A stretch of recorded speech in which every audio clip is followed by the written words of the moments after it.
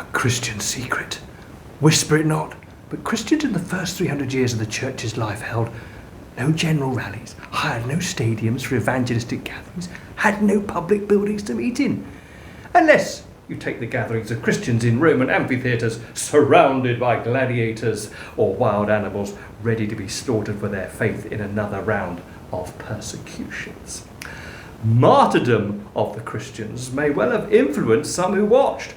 Why would they die for such a belief? Why do they worship and refuse to deny a God who died on a cross, a symbol of criminal shame? Or believe in a God-man who rose again when all know the dead don't come back to life?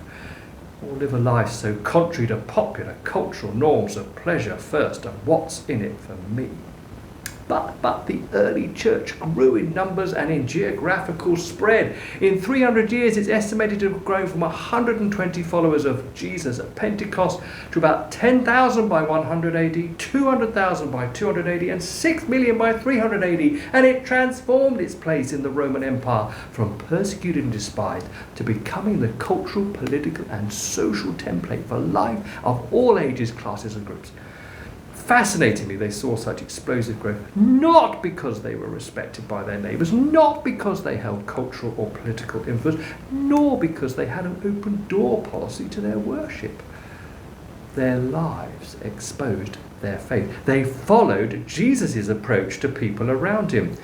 They were happy to make contact with non-believers, like Jesus sitting down with the woman at the well, John chapter 4, or Zacchaeus up a tree, Luke chapter 19, or Matthew at his tax collector's table, Matthew chapter 9. They also invited others to come and see, like the woman at the well, and like Zacchaeus, and like Matthew. The faith was lived quietly but openly. They lived lives that loved their neighbour and one another. They exposed the practical outworking of their faith day by day, but didn't impose their faith.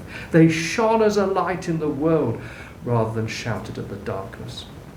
And that's rather attractive, not cringy. Expose our faith, not impose our faith. And it was this evangelism that grew the early church. It's the Christian secret. God at work through his people, transforming one life after another as we expose our faith day by day.